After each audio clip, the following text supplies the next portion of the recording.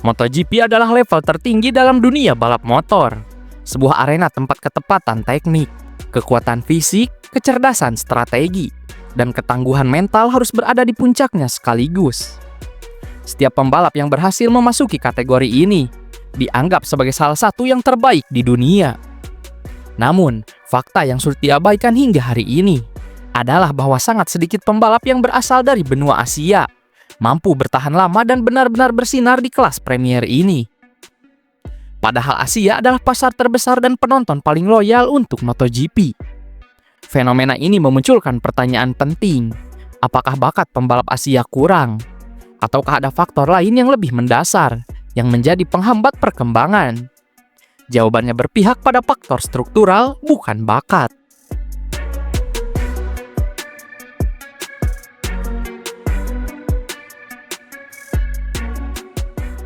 Dalam sistem pembinaan ideal, pembalap naik ke MotoGP setelah membuktikan diri sebagai salah satu yang terbaik di kelas Moto2. Misalnya menjadi juara dunia atau tampil konsisten meraih podium. Dengan prestasi itu, seorang pembalap mendapatkan jaminan kesiapan dari berbagai aspek. Kecepatan, teknik, ketahanan fisik, ketahanan mental, serta kemampuan bekerja sama dengan tim teknis dan memahami strategi balapan dalam jangka panjang. Namun dalam kasus beberapa pembalap Asia, momentum kenaikan ke MotoGP seringkali lebih didasarkan pada potensi pasar dan kebutuhan ekspansi komersial daripada kesiapan kompetitif yang sesungguhnya. Ketika seorang pembalap meloncat ke kelas tertinggi sebelum benar-benar matang, ia akan menghadapi tantangan berlapis yang jauh lebih berat dibanding pembalap yang naik dengan status dominan di Moto2. Salah satu contoh paling jelas adalah perjalanan Somkiat Chantra. Pembalap Thailand itu memiliki talenta dan kecepatan yang besar. Tetapi promosi ke MotoGP datang sebelum ia benar-benar mencapai puncak performa di Moto2. Ia akhirnya hanya bertahan satu musim di kelas Premier karena kesulitan beradaptasi dengan tekanan dan kecepatan MotoGP. Lalu memutuskan pindah ke kejuaraan World Superbike. Keputusan itu bukanlah tanda bahwa ia sebagai pembalap gagal, melainkan bukti kuat bahwa perpindahan dari Moto2 ke MotoGP menuntut kesiapan yang jauh lebih kompleks daripada sekedar kemampuan membawa motor dengan cepat. Perjalanan Chantra mempertegas hal penting. Bakat besar sekalipun bisa terhambat bila naik kelas sebelum waktunya.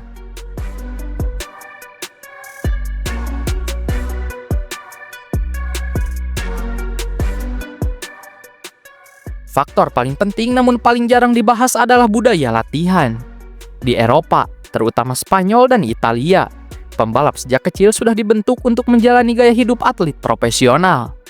Latihan fisik dilakukan hampir setiap hari dalam durasi panjang. Pengembangan teknik dilakukan dengan motor latihan seperti supermoto, motocross, atau superbike. Sementara pembelajaran mental dan pembacaan data telemetri diperkenalkan sejak usia muda. Anak-anak yang bercita-cita menjadi pembalap profesional diperlakukan layaknya atlet sejak usia belasan tahun, dengan jadwal latihan, diet, fisioterapi, hingga kalender kompetisi yang padat dan sistematis. Di Asia, kondisi tersebut tidak selalu bisa ditemui. Infrastruktur latihan belum merata, sirkuit yang memadai tidak berada di setiap negara, fasilitas latihan motor khusus belum mudah diakses, dan budaya latihan harian seperti atlet profesional masih belum mengakar secara luas. Banyak pembalap Asia baru benar-benar mengenal pola latihan ekstrim setelah masuk ke sistem balap Eropa. Padahal pada tahap tersebut, lawan-lawan mereka sudah memiliki pengalaman bertahun-tahun berlatih dalam tempo dan ritme yang sama. Perbedaan budaya latihan ini menghasilkan kesenjangan besar pada kekuatan fisik, kekuatan otot inti, penguasaan riding style modern, manajemen ban, dan konsistensi performa dalam balapan berjarak panjang.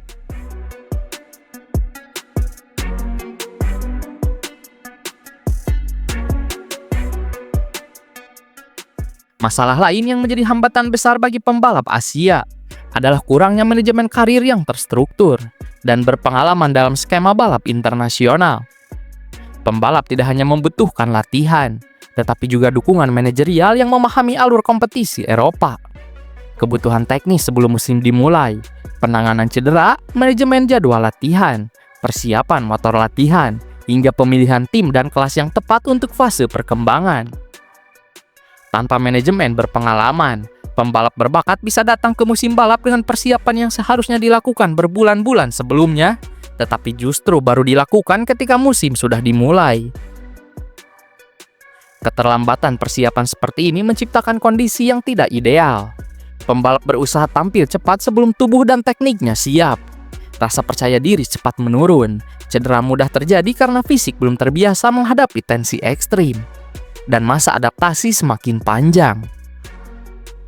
Pada akhirnya, banyak pembalap Asia bukan tumbang karena kurang cepat, tetapi karena tidak mendapatkan pembinaan karir yang komprehensif untuk menghadapi level balap tertinggi dunia.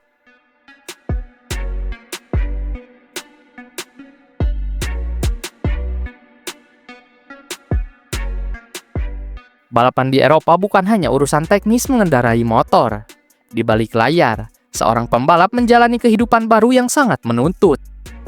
Mereka harus tinggal jauh dari keluarga, berkomunikasi dalam bahasa asing dengan mekanik dan insinyur, menghadapi tekanan media barat yang jauh lebih agresif, serta menyesuaikan diri dengan budaya kerja yang sangat perfeksionis. Sebaliknya, mayoritas pembalap Eropa bertanding di rumah mereka sendiri, dekat dengan keluarga dan dekat dengan pola kehidupan yang mereka jalani bertahun-tahun. Perbedaan lingkungan ini menjadi hambatan psikologis yang sangat besar bagi banyak pembalap Asia, terutama bagi mereka yang baru pertama kali hidup di luar negeri dalam jangka panjang. Mentalitas tidak dibangun dalam semalam, tanpa sistem pendampingan psikologis dan lingkungan dukungan yang kuat. Adaptasi bisa berubah menjadi beban, dan beban itu perlahan melemahkan performa di lintasan.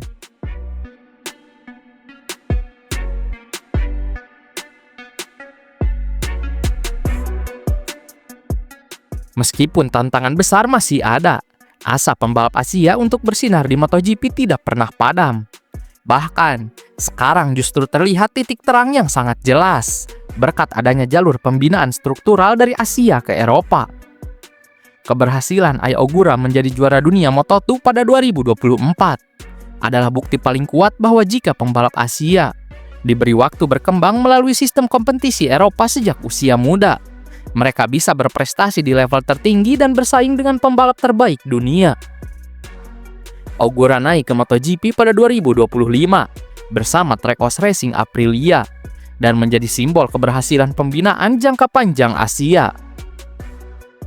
Di level pembinaan usia muda, nama Indonesia mulai berkibar melalui Veda Ega Pratama. Pembalap asal Yogyakarta ini menjadi sorotan karena tampil agresif, cepat, dan berani melawan pembalap muda terbaik dunia di Red Bull Rookies Cup dan Junior GP. Yang jauh lebih penting, Veda menjalani jalur pembinaan modern yang tepat. Tinggal dan berlatih di Eropa sejak usia muda, mengikuti budaya latihan profesional, dan bertanding di kejuaraan yang benar-benar kompetitif. Dengan dukungan penuh dan sistem pengembangan karir yang konsisten, Veda sangat berpotensi menjadi salah satu pembalap Indonesia pertama yang mampu bersaing untuk podium dan bahkan gelar dunia di MotoGP.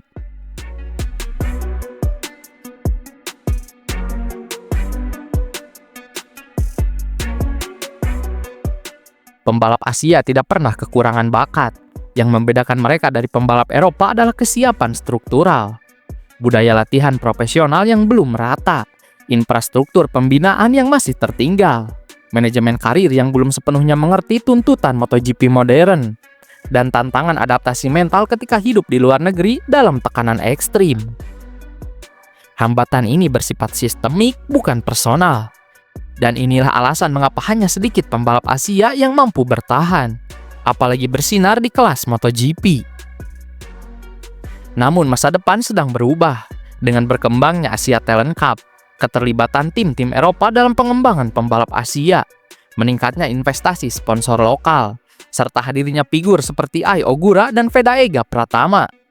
Benua ini mulai membangun fondasi pembinaan yang sebelumnya tidak ada.